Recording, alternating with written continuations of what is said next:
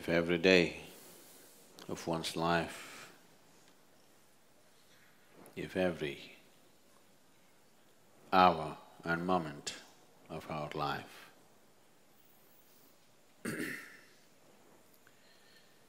if it has to be a forward movement, if it has to be a process of growth and not stagnation,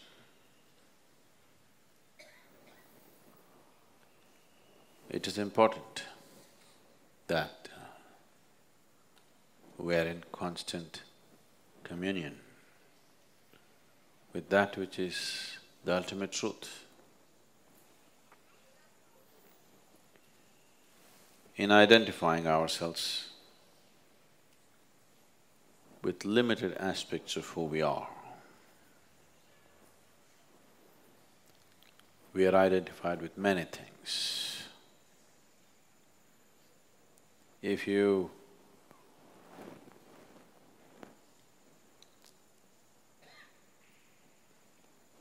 I've seen in the families sometimes, different people have different plates to eat. In case you change the plates and give, there will be a big argument. The plates don't taste, nor can you eat them. It neither tastes good, nor does it nourish you. But the plate, this is my plate, I will not eat in your plate. A very important thing. So anything that you touch, anything that you sit upon, anything that you set your eyes upon, you get identified. What this means is, let's say, you don't know how to drive. There are many people who are doing this, particularly I see two-wheeler drivers. You will see their brake light is always burning because they got the brake half down and their one leg is down. This man is heading for a big mess. If you want to ride, both your legs should be up and your legs should be off the brake unless it's needed. Have you seen people going around with the brake light on all the time? Because they got the brakes, because they think it's safe to keep the brakes down. As you get identified with this thing and that thing and that thing, you're throwing your anchor, hoping your ship will go somewhere. It'll only sink. There's only one place it can go. Not like this, it can go only like this. So satsangatve nisangatva means, what this 4 lines are trying to tell you is just this, that if you're in communion with truth, your associations will be just associations, not attachments. You will know involvement in life, but you will not know entanglement in your life.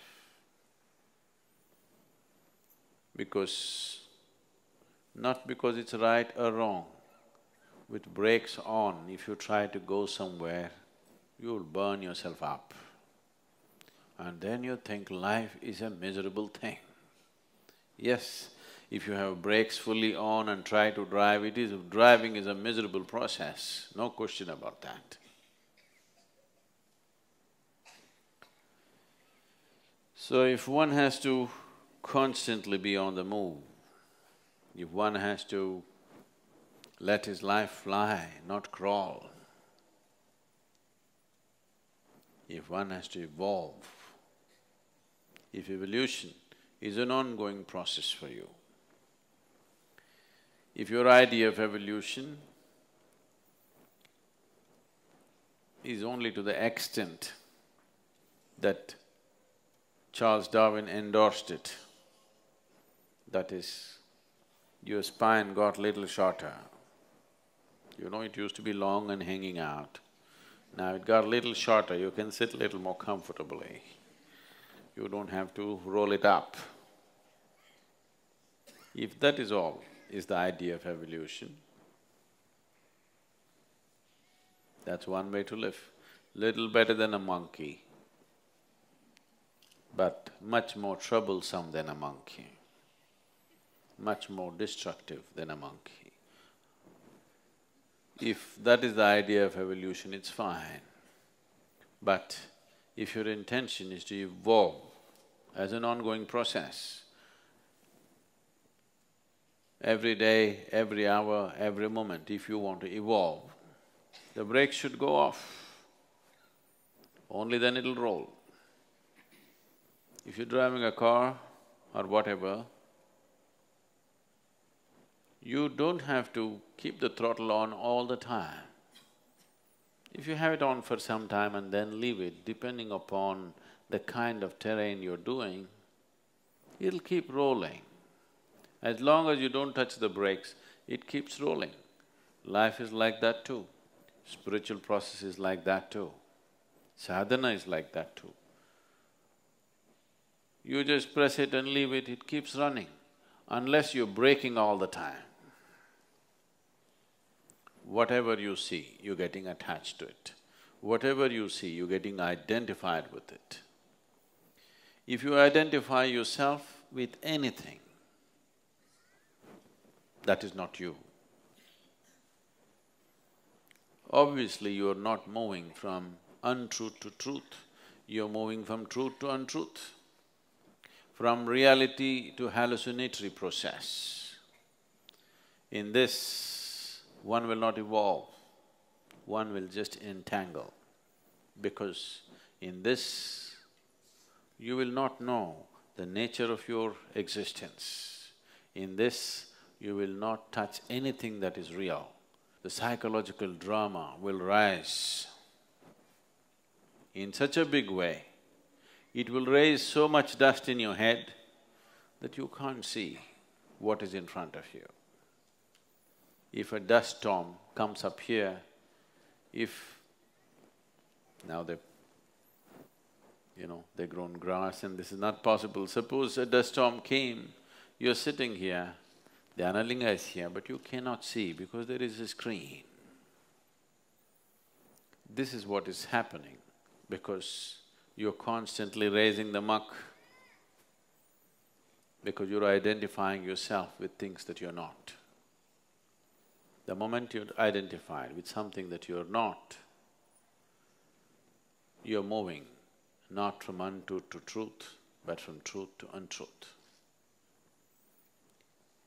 So what is the nature of my relationship is not the problem. The problem is that you're identifying yourself with that. You're using substances other than yourself to create a sense of self. There is nothing in the existence which will substitute the self. Because the only way, the only and only way you can experience anything for that matter is through the self. There is no other way. Your very existence is self-ish. You must separate the word. Your very existence is selfish because everything that happens only through the self. There is no other way. So if you keep this just as it is capable of reflecting the whole cosmos for you.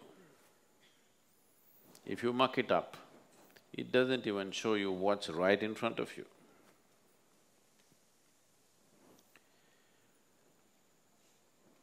So, if you are in a state of nirmoha or non-identification with anything other than what's this, you will come naturally to an unwavering way of being. Once you're unwavering in your purpose, liberation cannot be denied to you. There is no way it can be denied to you. The reason why this life does not get to its natural destination is, every minute you're changing course. Every minute, the focus of your life keeps shifting. Every minute, whatever you set your eyes upon, it gets identified with it. So after some time, it just does not know where to go. It just will not know where to go. It will be one confusing mess. Suddenly, life looks unnecessarily complicated. The complication is only in your psychological process. Life is pretty simple. Birth is not in your hands. You're just born and you have to just die one day. Really. Is anybody else making anything else compulsory for you? Is anything else compulsory? Birth is compulsory, death is compulsory. In between, whatever the hell you want. Simple, isn't it? No, but. But that's all yours. Only two things nature has set for you. You're born, you have to die. Aren't you glad you have come with an expiry date? Aren't you glad? No? I'm glad. If there was no expiry date,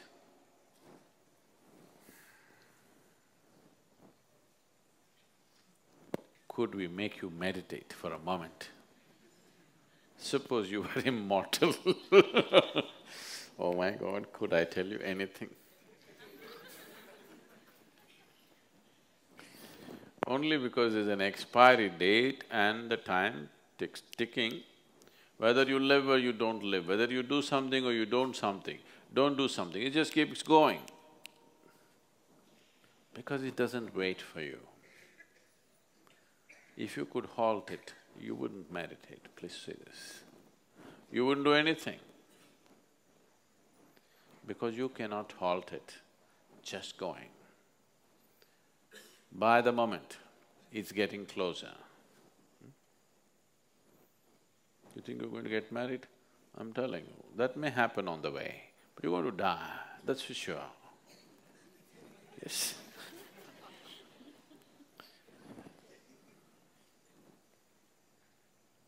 So there's only one compulsion, that you have to die. Before that, whatever you do is yours. If you just understand this much, when you were born, there was no compulsions, you could be whichever way. Only compulsion is stomach.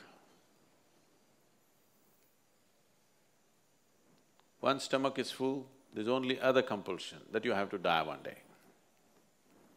Rest is easy, you know.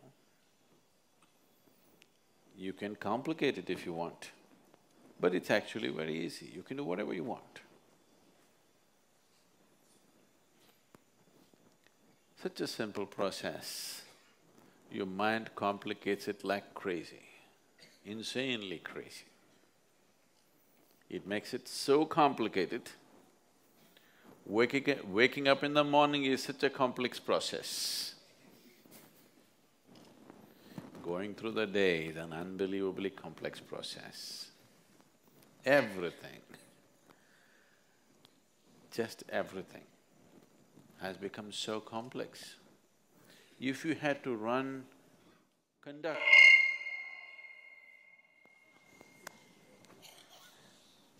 see, if you have to conduct the audio system, I'm sorry.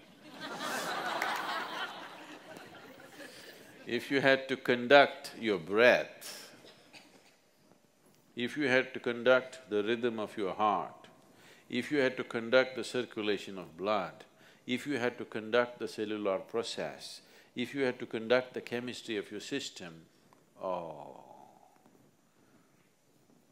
Can you imagine, just conduct your breath for 10 minutes, let me see. Goes all over the place.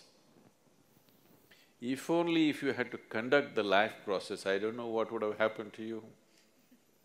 You don't have to conduct it, it's all free. Breath is happening, everything is happening. Yes? Whether you're aware or unaware, it's happening.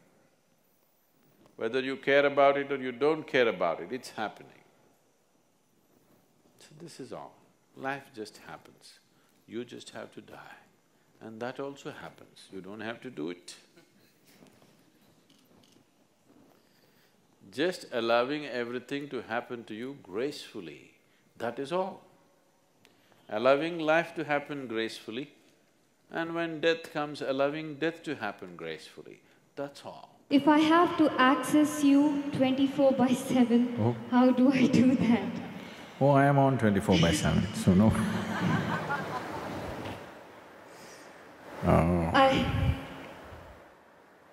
I'm not in a position to become a full-time volunteer right now. And the satsangs that I attend are maybe not doing enough, but there is more longing. How can you help? So, you must become a full-time volunteer. Being a full-time volunteer does not mean moving to Isha Yoga Center. Volunteer means… to volunteer or to become a volunteer means you have become willing. Everything that you do in your life, you're doing it willingly. That means you're a volunteer. Where you're doing, what you're doing is not the point. You're doing everything willingly, not because of compulsions. Whatever you do in your life, if you do it willingly, that becomes your heaven. Whatever you do, if you do it unwillingly, that becomes your hell. Isn't it true? What is a great love affair? If it is done to you unwilling, when you're unwilling, that's called rape. Isn't it so? Isn't it so? So the difference between making your life into a heaven or making your life into a hell, the difference between making the simple process of life into a joyful process or into a miserable process is just this: either you do it willingly or you do unwillingly. To volunteer means, should I become a full-time volunteer? That's the only way to be. If you are not a full-time volunteer in your life, then you're a miserable human being, there is no other way to be. Yes? If you're doing parts of your life willingly, parts of your life unwillingly, obviously the unwilling part of your life is going to be a source of misery, isn't it?